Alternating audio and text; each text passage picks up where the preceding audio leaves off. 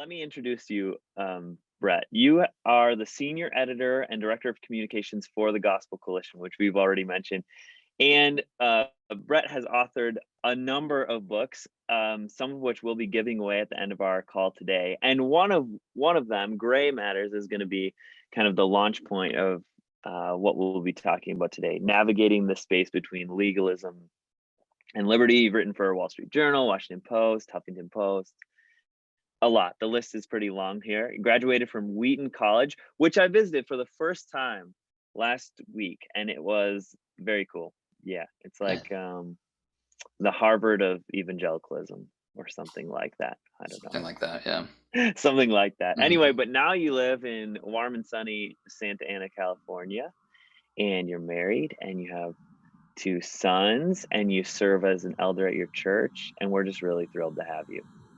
Really thrilled. So thank you for taking time to be with us today, Brett. Yeah. For all of you that are joining us, let me go through a few housekeeping things. I'll be quick so that Brett can take more time because he's the one we're here to see.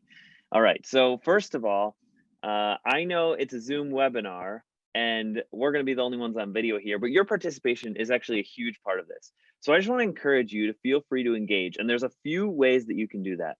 Number one is there's a Q&A button at the bottom of your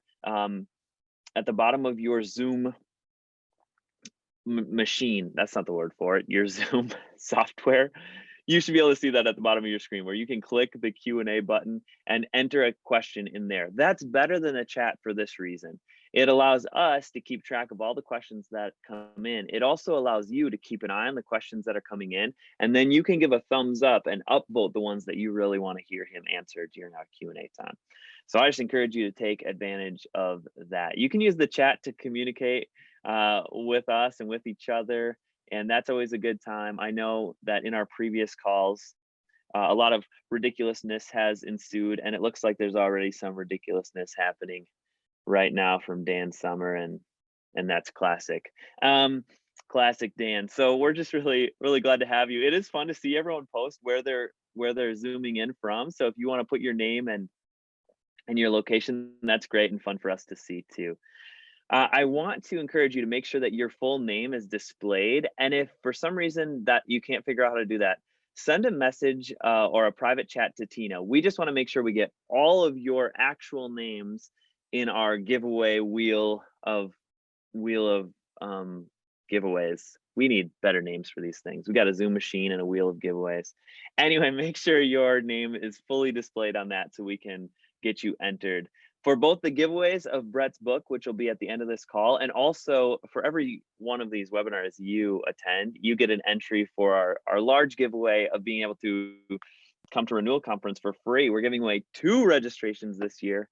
And if you haven't been to Renewal before, it's a 4-day, 3-night conference focused on renewal and sustaining you and your spouse in ministry. It's not particularly focused on youth ministry as a topic. It's more about you and your marriage and health in ministry. And I think it's a beautiful gift to youth workers. So I just hope you can come, whether or not you win the registration, but come often and you'll have a better chance. All right, that was a lot. I went as fast as I can. Brett, the floor is yours. Cool. Thanks, Justin, and thank you guys for tuning in and listening from wherever you are. I was just reflecting on, we're kind of at the 2-year anniversary of life on Zoom and doing things like this on Zoom, and we're all used to it by now. So if you hear loud noises and construction workers in the background of my talk, that's because I'm in my house and our neighbors are working on their roof and I can't do anything about that. So sorry in advance, but my kids are not in the house, so you won't hear screaming children. That's usually something that I have to deal with Zoom talks. Okay, well, I love youth ministry. Kudos to you guys for being in this work. I think it's so important today. And one thing that's true of youth ministry or any discipleship really is that you quickly realize that the church stuff that you do is only one small slice of the spiritual formation pie, so to speak.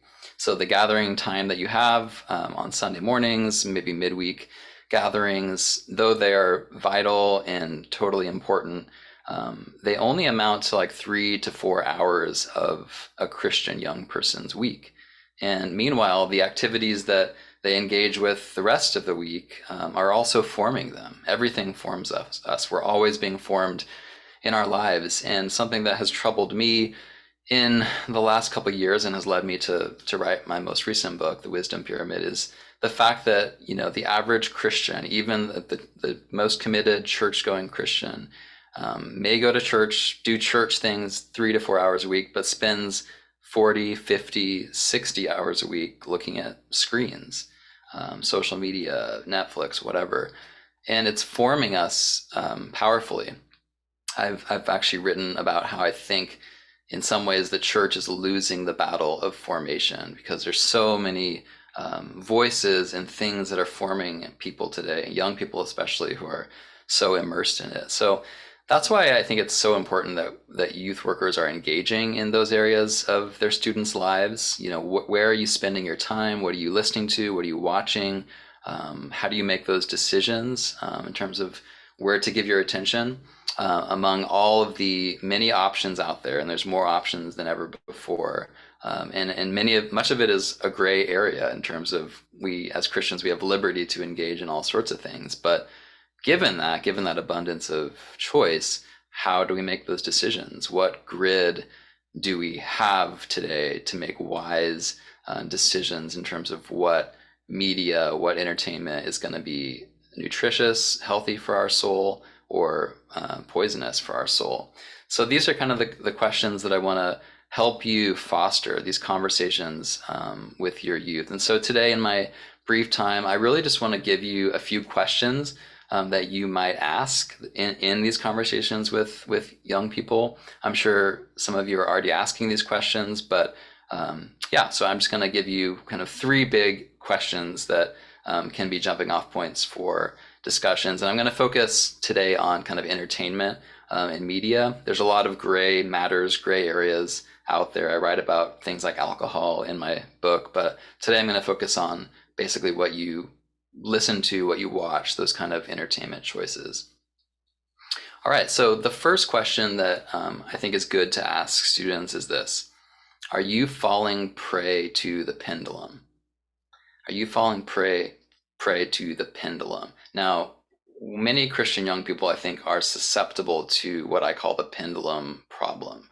You probably already are sensing where I'm going with this. So essentially, it's the problem of maybe growing up in the church, growing up in faithful Christianity, but maybe it's a little bit sheltered, it's protected. Parents have put limits and boundaries on what's appropriate and what's inappropriate, what's out of bounds in terms of media consumption.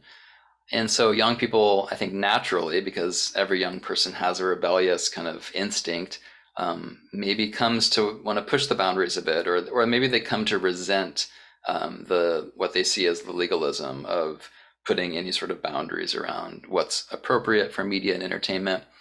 A lot of times this happens when a high schooler goes off to college, and in the first, semester of college, they've come to this new enlightenment where suddenly they are wiser than their parents, and they've been introduced to the wonders of a gritty, complex world, and everything that came before in their upbringing is just simplified and backwater. And so they come to resent that. And what ends up happening is the pendulum swings from one extreme to the other, because young people, as we know, don't have a huge capacity for nuance. So things tend to be extreme swings. And it goes from maybe more sheltered and cautious with regard to art and entertainment to kind of way too libertine, way too open-minded. And that's kind of a familiar trajectory for me because that was my journey. I grew up in an evangelical Christian household that wasn't as sheltered and legalistic as some, and I'm grateful for that. But I would say pop culture and media and art were still held at arm's length, kind of viewed more with skepticism than appreciation.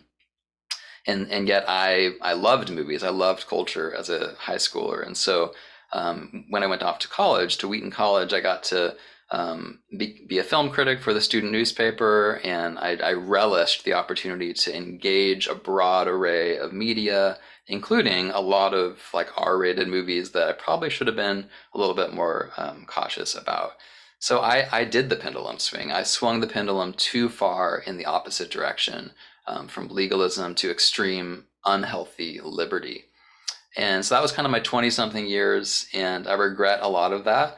Some of it I think was good, but now in my 30s, I think I've come to a healthier place in the middle, where I still love to engage a broad diversity of art and entertainment, but I'm a lot more careful in what I choose to watch, and even more careful in what I choose to recommend. And so that's really what Gray Matters is all about. I try to offer a paradigm for navigating the space between legalism and liberty.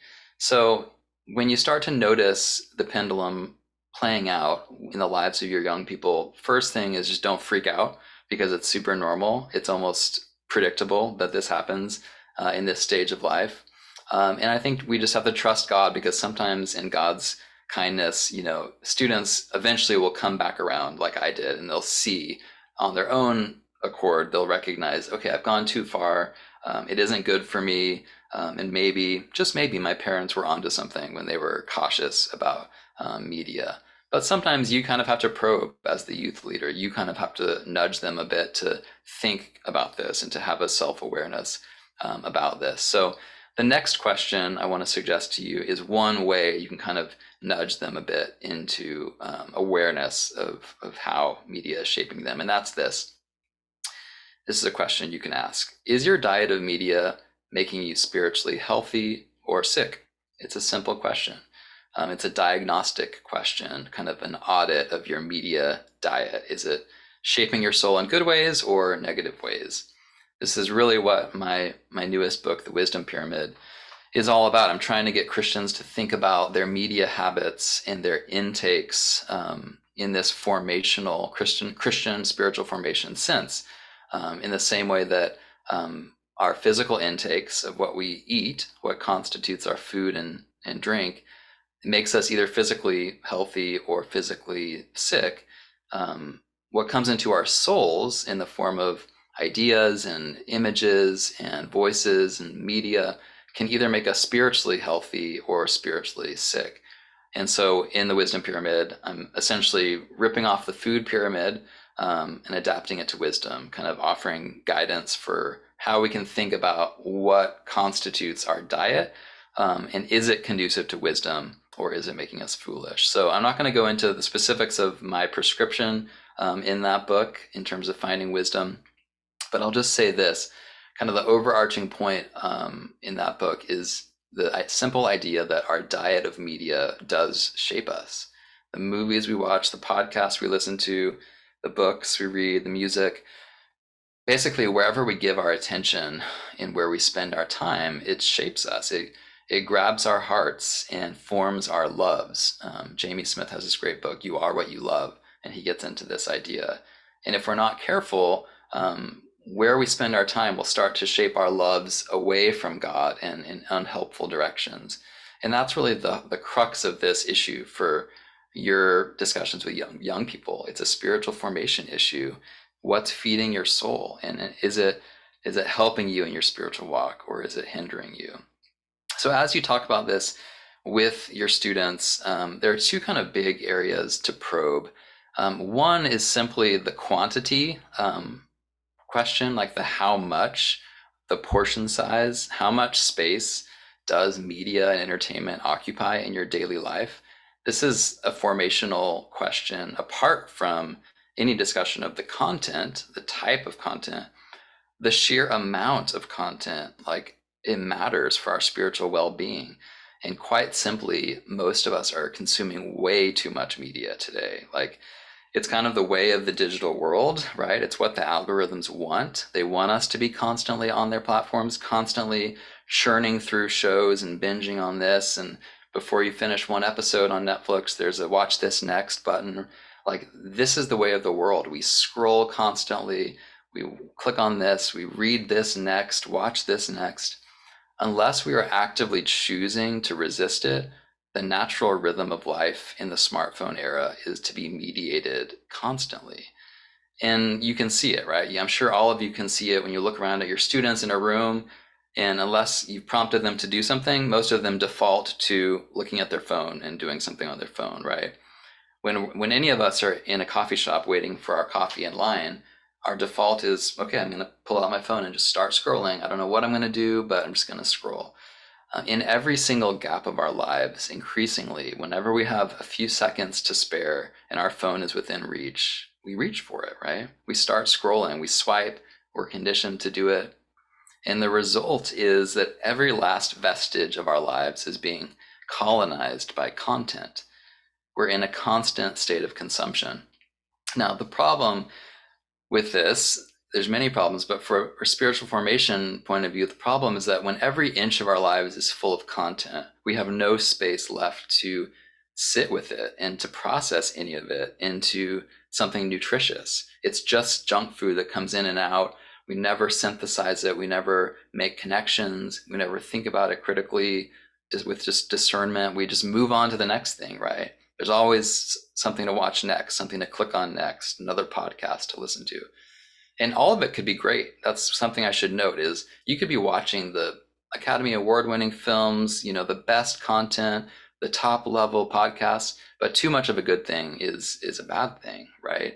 When a good thing becomes addictive to the point that you can't take breaks from it or go without it, it becomes a god, right? Take an O out of the word good, it becomes a god. That's what idolatry is. So let me just end this section by giving you a practical challenge that you can challenge your students. And I'm sure you already do things like this because it's kind of the big issue of today, really. Have your students practice going without media, right? Start small, maybe just challenge them to, in those in-between moments, those gap moments in their day when they're waiting for their coffee at Starbucks or sitting at a bus stop for a few minutes, don't look at your phone. Just be silent. Let your brain and soul rest and process and think, maybe pray. Don't pull your phone out of your pocket.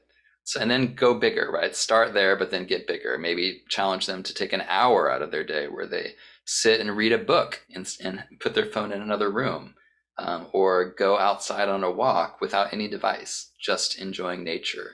So give them challenges like that, because I think if there's one thing that keeps me up at night, honestly, and I have kids who are young and they're entering this world, it's this problem of we are so inundated with content that there's no space left in our lives to think. And that's where wisdom comes from. Wisdom is in the empty spaces, in the silence of life.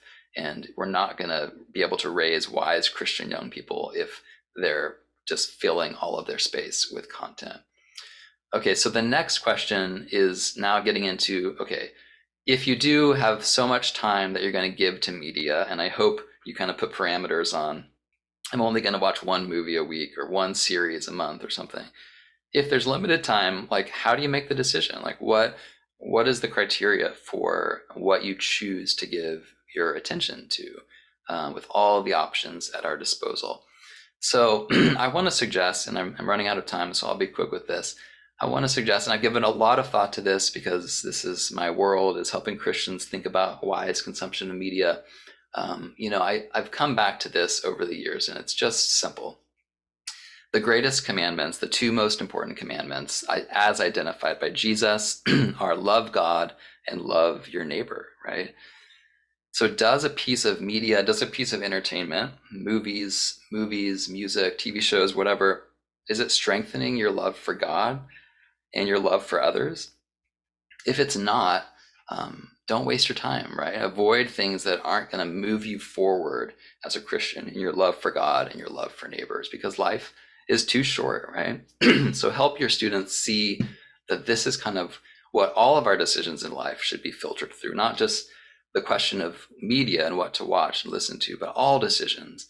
Is it helping me love God more and love my neighbor more? So just a few more comments on this, because your students might have questions about what does that look like? How can movies and music and pop culture help me love God more? And I could go on and on about this because in my own personal life, there's lots of examples of how a Terrence Malick movie, for example, or an Explosions in the Sky concert has made me love God more, right? To just ponder the magnificence of the world he made and the creativity that's possible.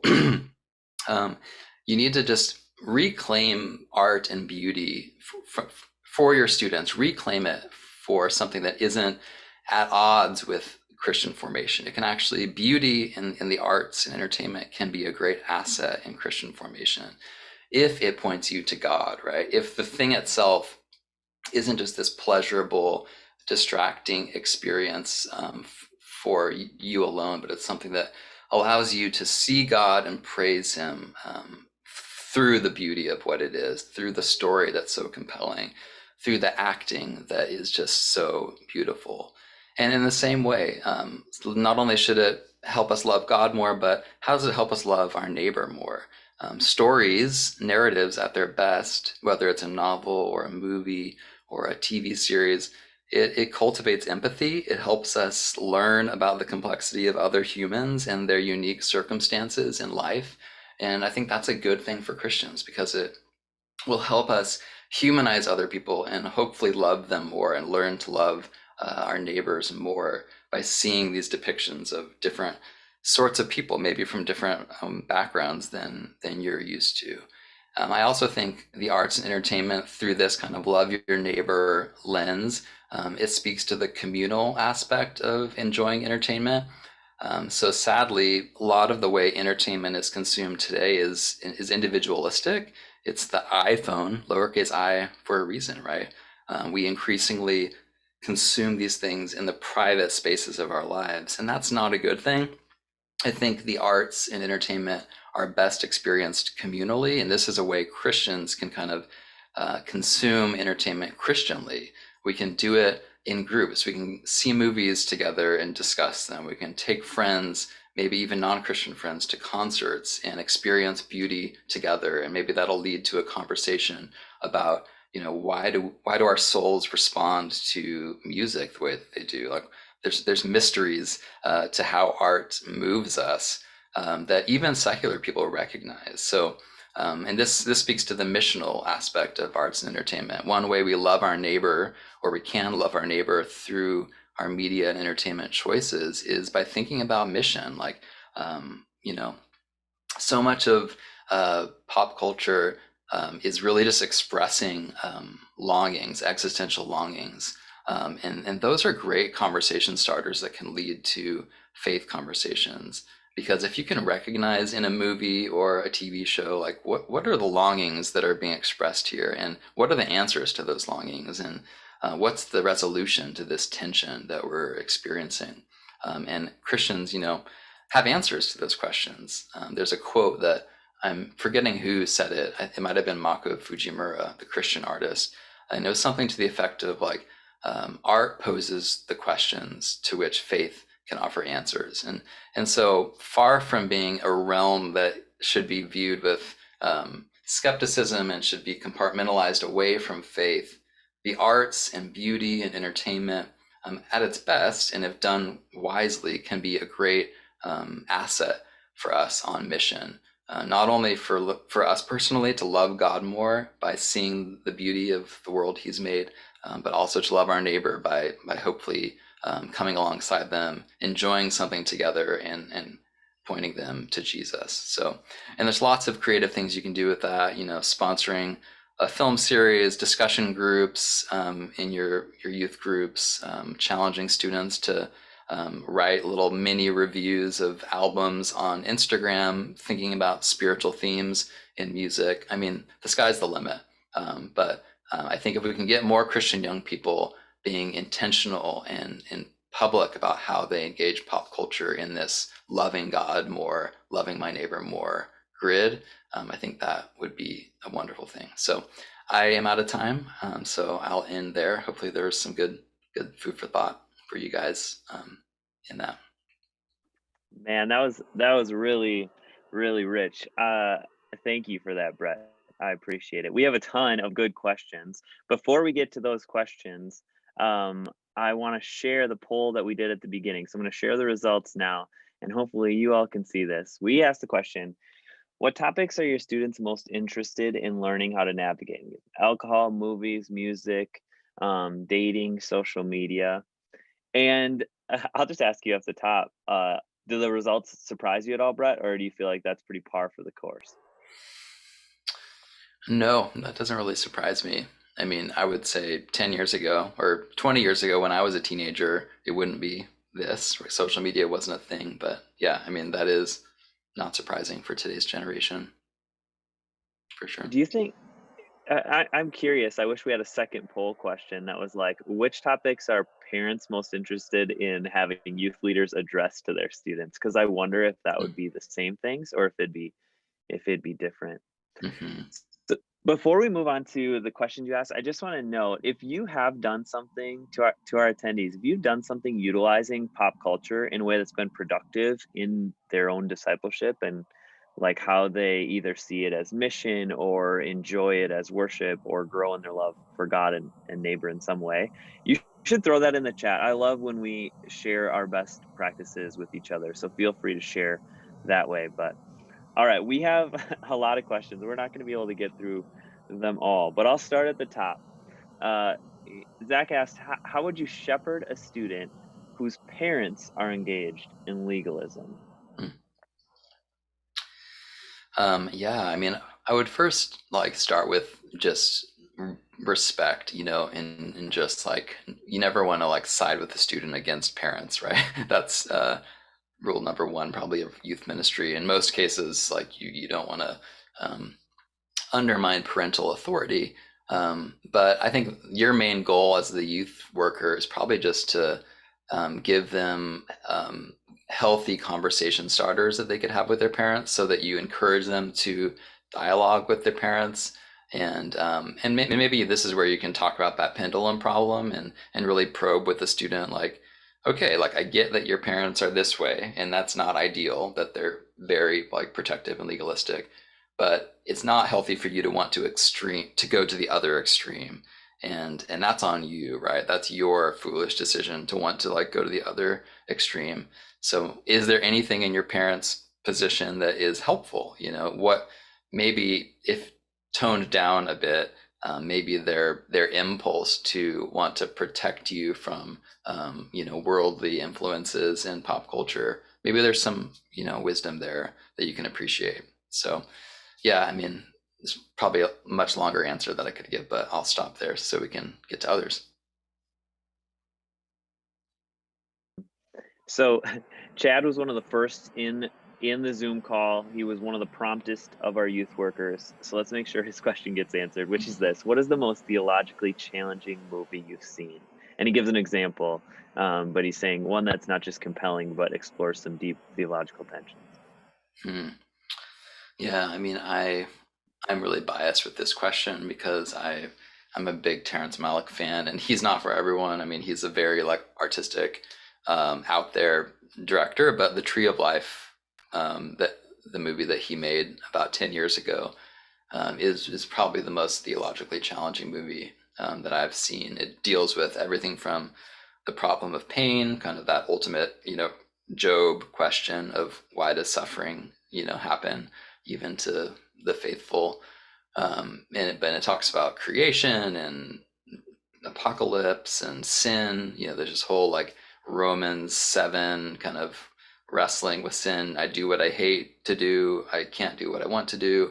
And the lead character, the little boy Jack, is on this journey of struggling with temptation and sin, and it ultimately kind of leads him back to faith in adulthood. But yeah, it's a really rich movie, and I've written a ton on that movie. So if you do watch that movie and you're like puzzled and like I don't know where to start understanding this movie, you can read some of my articles maybe, and it'll help. Which is sometimes the case with Mr. Malick. Sometimes he does leave audiences puzzled, No, it's true. but But I that's like great. those sorts of films. Like personally, like movies that spoon feed you everything, or like no, like Yeah, movies that challenge you to think. Like we need more of that, right? yeah, that's true. That's true. So much of our like media consumption is pretty shallow. So Yeah. it's great to dive in. All right, here's the next one from Jordan. How can we wisely expose our kids to a broad range of art and entertainment so as to avoid the pendulum? hmm Yeah, this is a really like live issue for me because I'm a parent now, and this is not just theoretical for me. I'm gonna have to make these decisions myself. And you hear different schools of thought, and you see kind of what works and doesn't work with the kids of various adults in your life, maybe. Um, so yeah, I mean, in my own experience, like I mentioned at the beginning, like my parents, it was a conservative Christian upbringing, but my parents were never like the most legalistic. Like they had limits of what I couldn't watch or, be exposed to. And we didn't have like cable, so we only had a few channels. This is back in the day when, things were different in terms of access to content. But like they took me to art museums, which I'm grateful for. Kansas City has many of them. Um, we went to movies a lot as a family.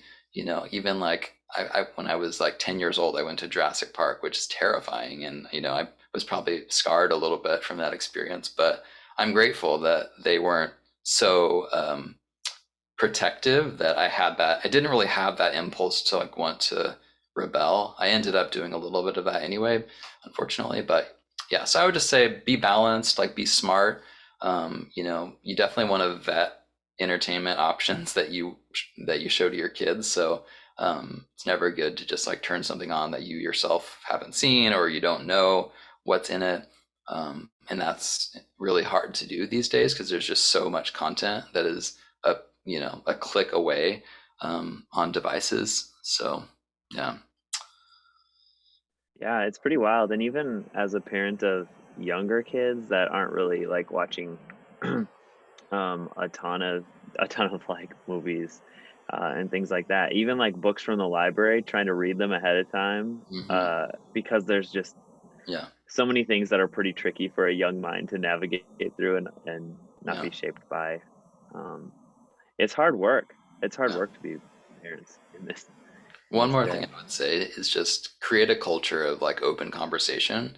So Mm, like, create a space where your kid feels comfortable like talking to you about like, show interest as a parent. Like, so like what have you been reading recently that you've enjoyed? Or like what like Netflix show have you enjoyed recently? Like especially when they get older and you can't really like micromanage every single thing they're watching.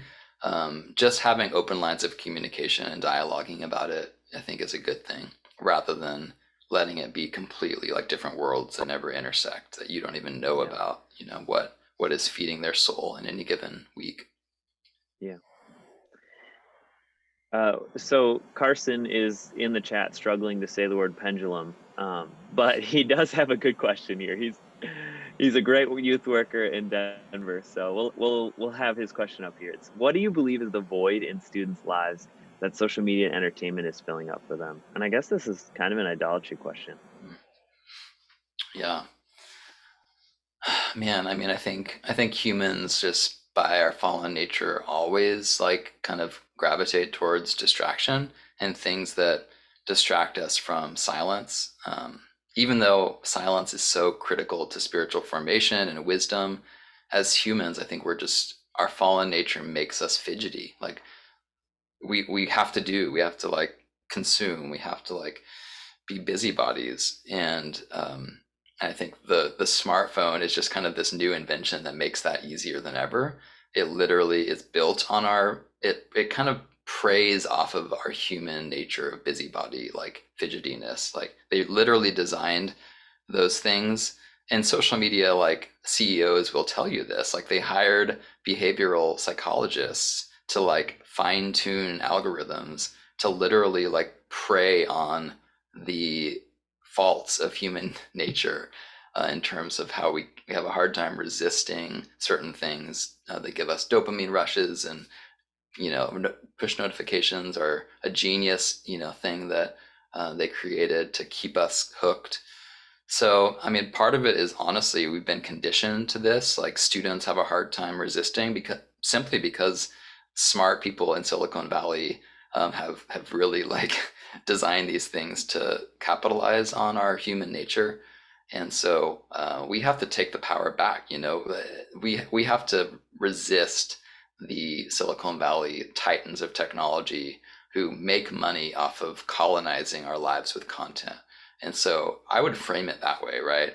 Young people love like the language of resistance and, being rebellious and this countercultural like movement of resistance. That's what this is. Like Christians need to be the leading edge of resisting the algorithm's lure to captivate our attention 24/7. And so that could be a way to frame this in a way that doesn't just sound like, oh, there are my parents again telling me to put down my phone. Like, um, it's actually like a battle for your soul that's going on. And if you can't resist the temptation to always be on your phone, like that means agency has been removed from you. You are disempowered. We love the language of empowerment today. Well, you're not empowered if you can't go an hour without your device. Silicon Valley is empowered in that situation, not you. So anyway, I could go on and on about that, but it's a huge deal, and it worries me how hard it is, even for me to to not pick up my phone in those in between moments of life, even though I'm like super aware of all of this.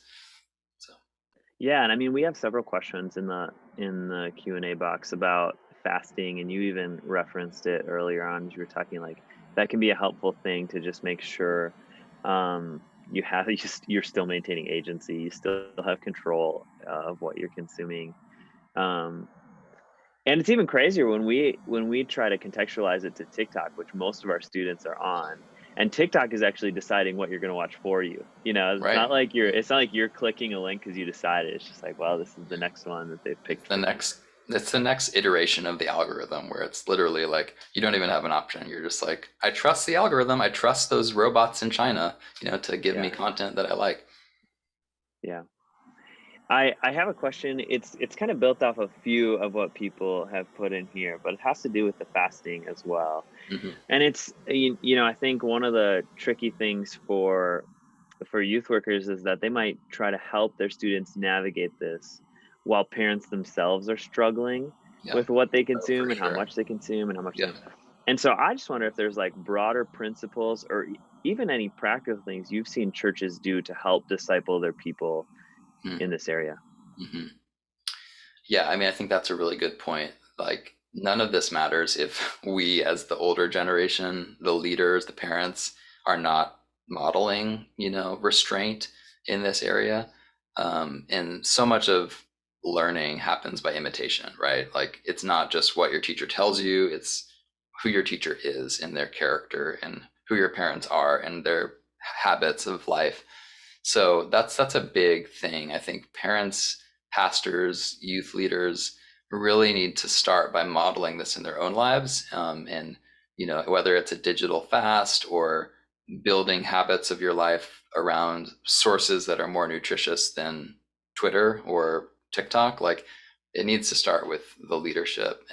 In terms of things I've seen that have been done well, like I think like church-wide, digital fast challenges type things. I've seen churches do that, and I think it's a good thing. Like our church has done like 3-day like technological fast challenges. Last year during Lent, I did like a 40-day, like I called it the Wisdom 40 challenge, and it was built on the wisdom pyramid, and there were like activities on based on each level of the wisdom pyramid.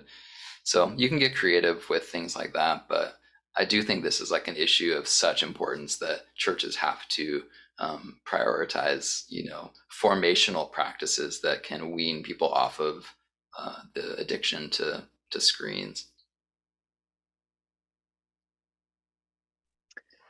Yeah, totally. Is that 40-day challenge something that we could find online somewhere? Yeah, you can. If you just Google Wisdom 40 Okay. challenge, you'd find it. I might do a new one this year for Lent. Nice. So back to the Q&A box. Here's another one, and this is this is interesting. How do you engage depictions of Christians that are so terribly tropey? How do you lovingly respond to the average Christian depiction, either being either haggard schoolmarm, hip Christian that eventually throws off clerical color, a sign of deconstruction, or gentle, thoughtless grandparent? So That's funny. civic. Yeah, I mean, I'm kind of like annoyed, honestly, by how yeah, how lame and um, just kind of not creative. A lot of depictions of Christianity are in media and Hollywood. And so I used to have more sympathy for it, well, because I'm like, well, most people in Hollywood like don't really know a lot of Christians and they have these caricatures in their head, so we can give them a pass. But increasingly I'm more aggressive in calling it out. I'm just like there was like, what was the show, this Midnight Mass? I don't know if anyone saw that on Netflix. Like it felt just like too extreme, overt, like all the worst stereotypes of religion and, priests who are basically turn out to be vampires. It feels tired and overdone and lacking in, you know, real attempts to understand a real Christian. So I'm always excited when there are movies and TV shows that have like, three-dimensional Christian characters who, yeah, aren't just those tropes, but they're few and far between, sadly.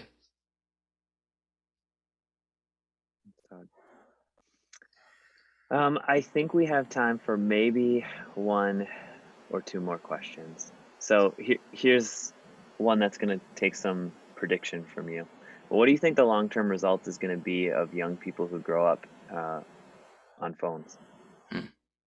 Yeah, man. I don't think any of us know. I mean, we're we're so new in this era still.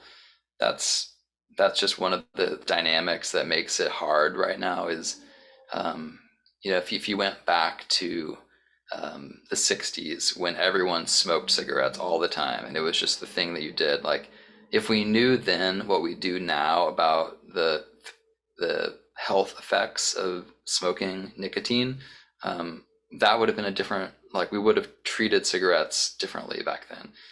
Now, we can't go ahead 50 years into the future to see the long-term effects of social media to know like exactly how concerned do we need to be about, technology right now. But I think, 20 years ish into the internet age, I think we're starting to get some early evidence that it's not good, that some of the effects are troubling in terms of, rising anxiety and, depression and mental health issues that have just so happened to skyrocket, with the year the iPhone was released. If you look at the graphs, it's like anxiety and loneliness and mental health problems start going way up among Gen Z. So yeah, it's hard to know, like to forecast out long term, but I do think that we can't wait. We have to like look at the evidence now, and I think the evidence is increasingly clear that this kind of constant diet of mediation is in the smartphone is not good for us. That this is what the first half of my book, The Wisdom Pyramid, it's like 3 chapters called The Sources of Our Sickness. And I go through a lot of data and statistics and citing other books on this topic, just kind of diagnosing like, okay, we are spiritually sick as a society because of life in the internet age, 20 years on. And if we're already that sick, we have to start actively cultivating habits of Christian wisdom now. Otherwise, we're going to be lost to this. Like Christians are going to be, we are going to be changed by this culture more than we change it, unless we do something, unless we like radically reconsider how we live and how we might live counterculturally in this culture. So yeah, that's a big question and something that I'm thinking a lot about. And I think there's increasingly some good resources and books being written by Christians on technology and social media. So for youth workers especially, I think read as many of those books as you can, because this is like you are on the front lines of digital discipleship in terms of making Christian disciples in the digital age. So you need to be reading these books and learning from the experts. I'm sure many of you have read the book iGen by Gene Twenge. Books like that, they don't even have to be written by Christians that are kind of getting at the ethical concerns that we're starting to see. Yeah, that's really helpful. Um, I want to ask a question that's kind of tangential to that one. Thinking into the future, we have students, some of us from middle school and high school, some just high school, but we have, anywhere from 1 to 7 years with these students, but then we send them off to college. Hmm. And so I guess I'm curious, thinking through the lens of like discipleship and even just their own perseverance in the faith. What would you tell youth leaders is some of the most important things to impart on them before they leave for college? Yeah, that's a great question. And man, like the whole deconstruction trend is super troubling, and I'm sure it keeps many of you up at night just worrying about like the currents of our culture really are strong against young people in college, and even at Christian colleges. To be honest, I went to Wheaton College. I worked at Biola for a few years, and even there, like a lot of Christians lose their faith because just the culture is so, the headwinds are so against them. So yeah, I mean, in terms of setting them up for success, a couple of thoughts that come to mind. One is just focusing more on building in habits of wisdom rather than like trying to address the topics that are like in the ether with like apologetics. That's important, like having answers for all of their like specific questions, but really pushing them to have habits that are oriented around God and Christian wisdom. So that's what I wrote the Wisdom Pyramid to do, is just try to, the answer to foolishness and kind of losing your spiritual moorings and bearings is to reorient yourself around true north, right? To kind of build your foundations again on solid things. And so that's something that I would suggest is just make sure that their habits spiritually, in terms of, are they in the Word of God? Are they praying? Are they in Christian community? Man, that is a huge one. The minute a Christian high schooler goes to college and stops going to church and stops prioritizing local church, I can almost write that script. They will almost certainly deconstruct and drift away. So habits are so important.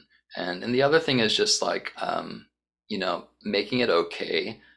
Don't Making it okay to doubt and have questions, and not giving that a stigma in any way, but also not over emphasizing that it's okay, if that makes sense. Like, I think you can err on both extremes where you're so okay with like all doubt and all questioning that you don't push back where you need to push back, because sometimes like the questions and the doubt like come from a bad faith place. It's not like a good faith questioning. It's more like a resentment, or there's an issue behind the issue that you need to unpack. But at the same time, you don't want to go to the extreme where it's like, silence the questions, like you're a heretic for even wondering out loud, whether like a 7-day creation is possible or whatever. So yeah, I think finding a middle ground there is super important, so that when they do go to college, they don't like explode in the other direction. Like in my high school youth group, it was never okay to answer those questions or to ask those questions. And now I'm here at, a secular college campus, and everyone is just like asking these questions. And I finally feel like I can be open in my doubt. You don't want that to be the dynamic, right? You want people to doubt in the church, in Christian community, with people who actually are invested in them loving God more and growing closer to Jesus in their doubt, rather than people who like to kind of attach to the doubt and use it as a way to draw them away completely from faith. Yeah, Yeah. totally. Well, I appreciate that, Brett, and I appreciate your time with us. We are now at the moment of our giveaways. So get excited for this, Brett. This is pretty high tech stuff you're about to see. So Christina's going to share her screen. This is our our wheel of names. And look at this. This is Whoa. pretty nice. Yeah. So And cool. so we are going to give away 4 giveaways today. 4, a new record. And we're giving away 2 copies of your book, Gray Matters, which was the topic today, and 2 copies of your new book, The Wisdom Pyramid, which you referenced, both of which I think are super helpful. And yeah, we're excited to give these away. So Christina, give these a spin. And as always, we wish you all the best of luck, except for Dan Summer. We don't cheer for Dan, Brett. Okay. Sorry. He won too many times last season. All right, Adam, congratulations. You're gonna receive Gray Matters. So we have one more Gray Matters, Tina. Why don't we spin it again?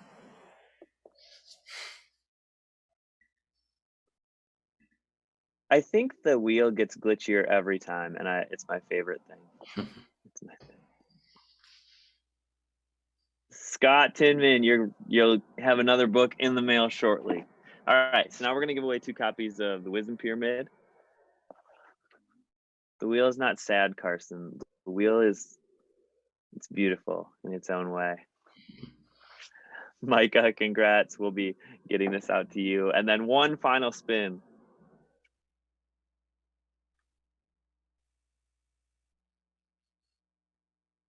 And the winner is Zach Albanese. All right, congratulations, Zach. You're our final winner. So thank you all for joining the call today. Before I let you go, I just want to remind you that our next call will be February 22nd. That's a Tuesday at 11 a.m. with Jeff Vanderstelt, who's going to be talking to us about helping students become fluent in the gospel. And so we hope you can join us then. We'll send out a recording to this if you want to share with your volunteers or other pastors in your network, if you feel like it'll bless them, or even parents who are trying to walk through this stuff with students. But thank you all for coming. Brett, thank you especially for giving your time to us. And we'll see you all next month.